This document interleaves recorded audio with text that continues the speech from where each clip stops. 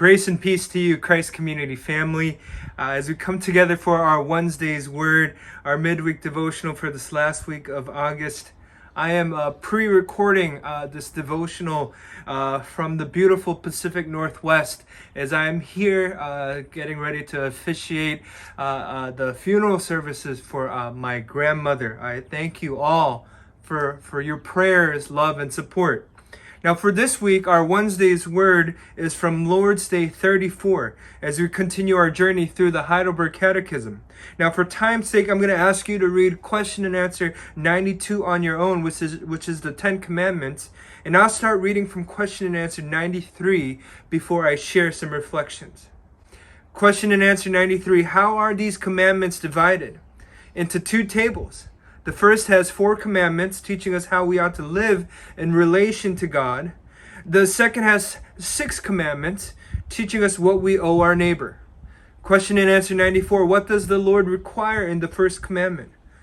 That I, not wanting to endanger my own salvation, avoid and shun all idolatry, sorcery, superstitious rites, and prayer to saints or to other creatures. That I rightly know the only true God, trust Him alone, and look to God for every good thing, humbly and patiently, and love, fear, and honor God with all my heart. In short, that I give up anything rather than go against God's will in any way.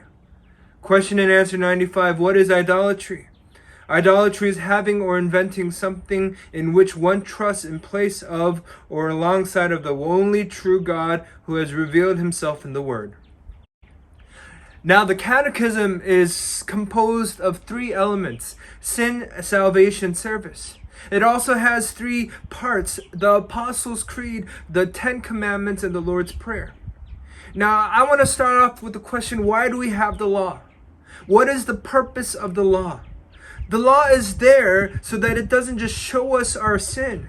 The law is there so that we can be drawn to our guilt and leads us to Christ. The law is there to restrain us from wickedness. John Calvin once said that the third and principal use of the law is an instrument to learn God's will. The law isn't there just to show us our sin. The law is there to draw us closer to Christ. The law is there to show us how to live as those who belong to Christ. Now, obviously, in one sense, Christians are no longer under the law. Romans teaches us that we are under grace. We have been released from the law. We have been justified by faith, but we are also called to uphold the law. The commandments are separated into 4 commandments that teach us how we ought to live in relation to God, and 6 commandments that teach us what we owe our neighbor. So in one way, we can see that the law is a blueprint for how we should live in relation to God working in our lives. The commandments were central even to the ethics of the early church and in the New Testament. From Jesus repeating the commandments to the rich young man, to Paul repeating them for moral instruction to Timothy. The commandments, even under the New Covenant, are holy, righteous, and good. Now, Christians are free from the law in the sense that we are no longer under the curse of the law. Christ is the end of the law for righteousness to everyone who believes. But church, we obey God's commands not because we want to gain God's favor or merit. We obey God's commands because it's out of gratitude for His favor. Anything other than that becomes idolatry, where we end up trusting something else other than God. Ultimately, we must never separate the law from the gospel.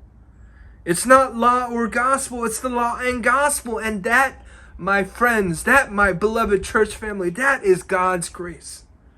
That's why we have the first commandment. The first commandment that teaches us that we shall have no other God, no one else but our God alone. We're called to trust in Him alone, and that's not something that is far out of reach. Through the power of Christ, that first commandment has become transformative in who we worship and whose we are. May that be an encouragement to you. May that be a challenge to you as you go about this week. Love you all, but God loves you more.